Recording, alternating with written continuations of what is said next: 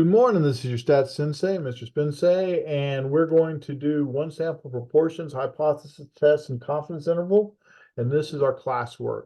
So some boxes of a certain brand of breakfast cereal include a voucher for a full-size Captain American shield. The company that makes the cereal claims that a voucher can be found in 20% of the boxes. That sounds important. However, based on the experience eating the cereal at home, a group of students believes that the proportion of boxes with vouchers is less than 0.20 or less than 20%.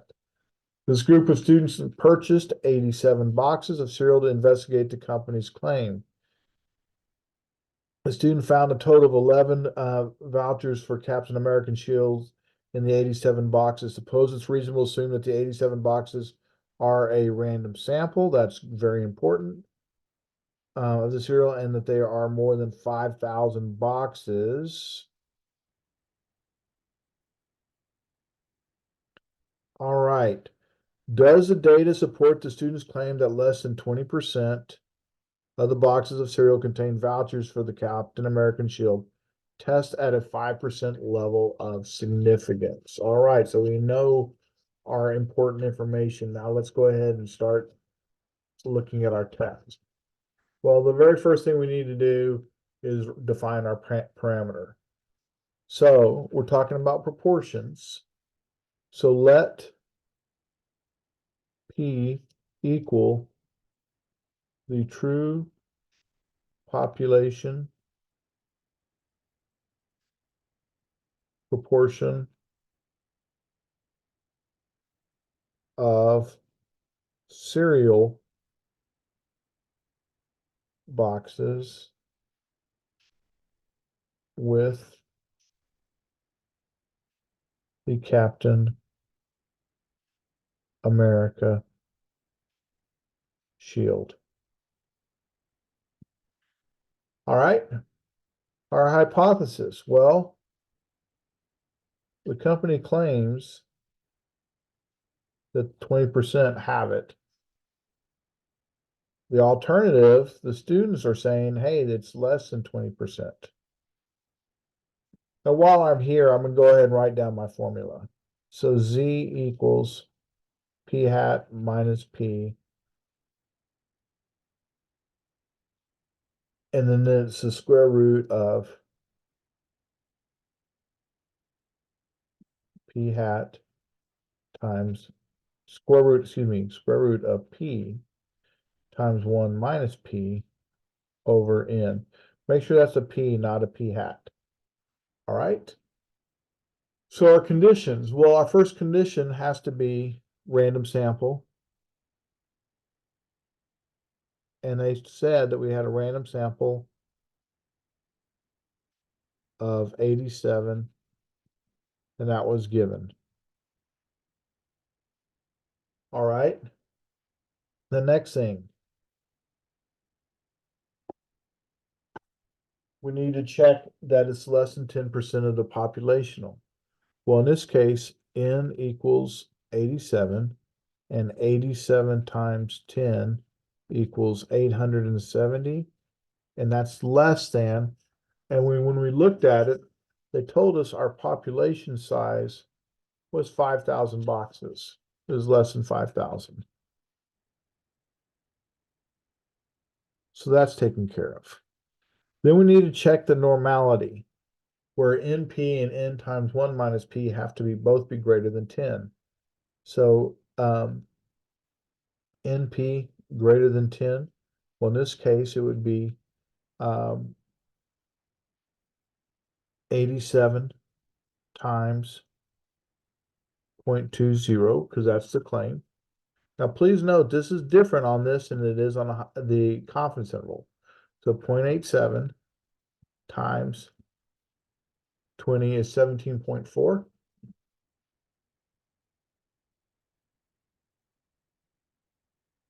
And that's greater than 10, so that checks out. And then we need to go N times 1 minus P also has to be greater than 10. So 87 times 1 minus 0.20. Let's check that out. So 87 times, parenthesis, 1 minus 0.20, and that's 69.6. And that's also greater than 10. All right, so that checked out. So we all checked out. I want to go back and redo the one because I see that I did something wrong. 87 times 0.20. All right, so we need to be multiplying by P, which is 20%. Okay, so in this case, we ended up with an 11 here. We ended up with an N. They said there were 87 boxes. Our P was our claim, and that was 0.60. And our P hat is 11 over 87. And I'm fine with you leaving it as a P hat. And so that's 0.1264.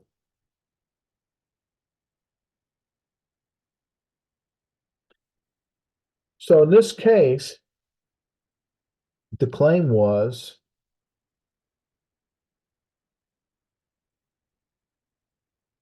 0.20. That's our P. But we ended up with a P hat of 0.1264, and we believed it was less than, so shading this direction. So when we plug in, we want the probability that Z is less than 0.1264 minus 0.20 over 0.20 times 1 minus 0.20, and all of that has to be over 87. All right, so now we've done all of that, we're ready to go on and plug in. We're going to go stat test, and it happens to be number 5, which is 1 proportion Z test. Our P is 0.20 or 20%. The X was 11. N is 87. We needed a less than. When we go to calculate, when we get the probability that Z is less than negative 1.7153, gives us a p-value of 0.04313.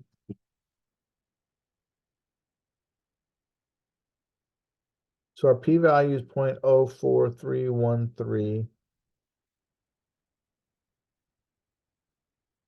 Our alpha is 0.0500.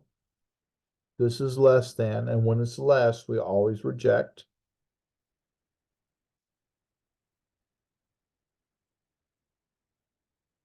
So our decision is to reject the null. So our conclusion, our p-value is 0.0431. What was our decision? We reject the null. There is plenty, there is sufficient evidence at alpha equal 0.05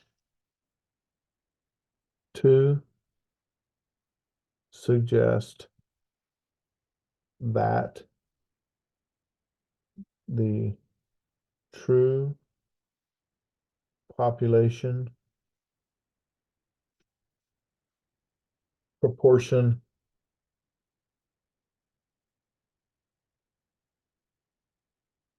of cereal boxes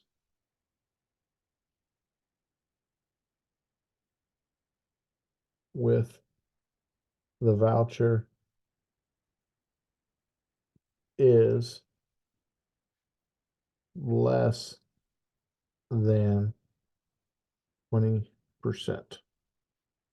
Not 0.2%, is less than 20% or 0.20.